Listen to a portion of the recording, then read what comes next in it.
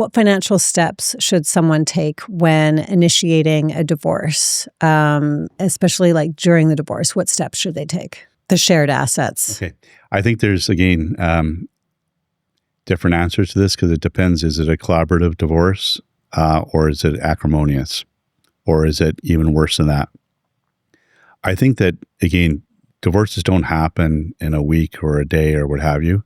I think that regardless if you're going to have a divorce or not, I think you should empower yourself to at least know what your assets are, where things sit, what are the investments, that both you have. And I think those are things that people should do regardless.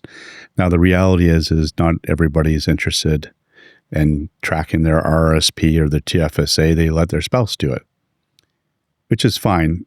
I think if you get to the point that this is going to come or you're just feeling uneasy, I think the best advice I heard from somebody else in your podcast was take some pictures, right? Don't worry about trying to get all the copies of the statements.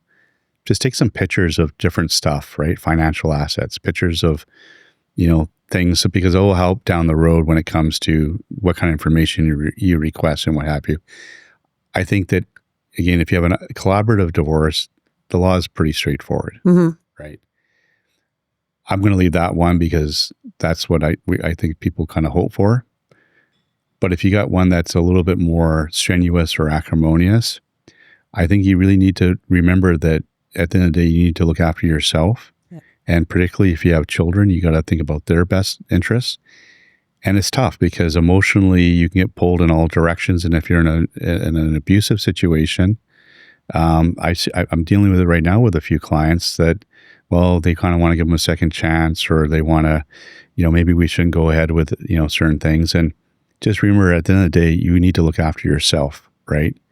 And I think that, again, collecting some information, but also too, like the time leading up to it, be part of the what's going on with your finances, right? Don't have to make every decision. Just you need to be involved. And again, if you don't want to do that, at least take some pictures.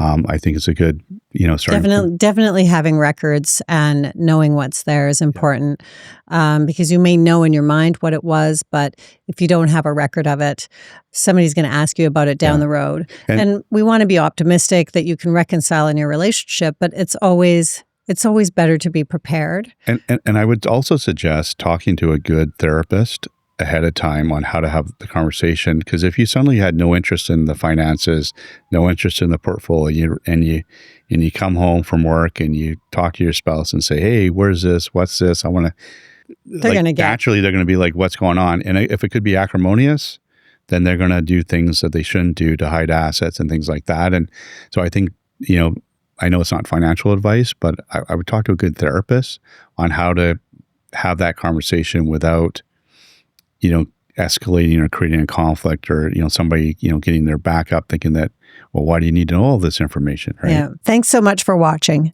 Please take a moment to subscribe to my YouTube channel, as well as like, comment, and share on the videos. It supports the channel and allows me to be able to produce more content with great guests who provide tremendously valuable expert advice for anyone going through a divorce process.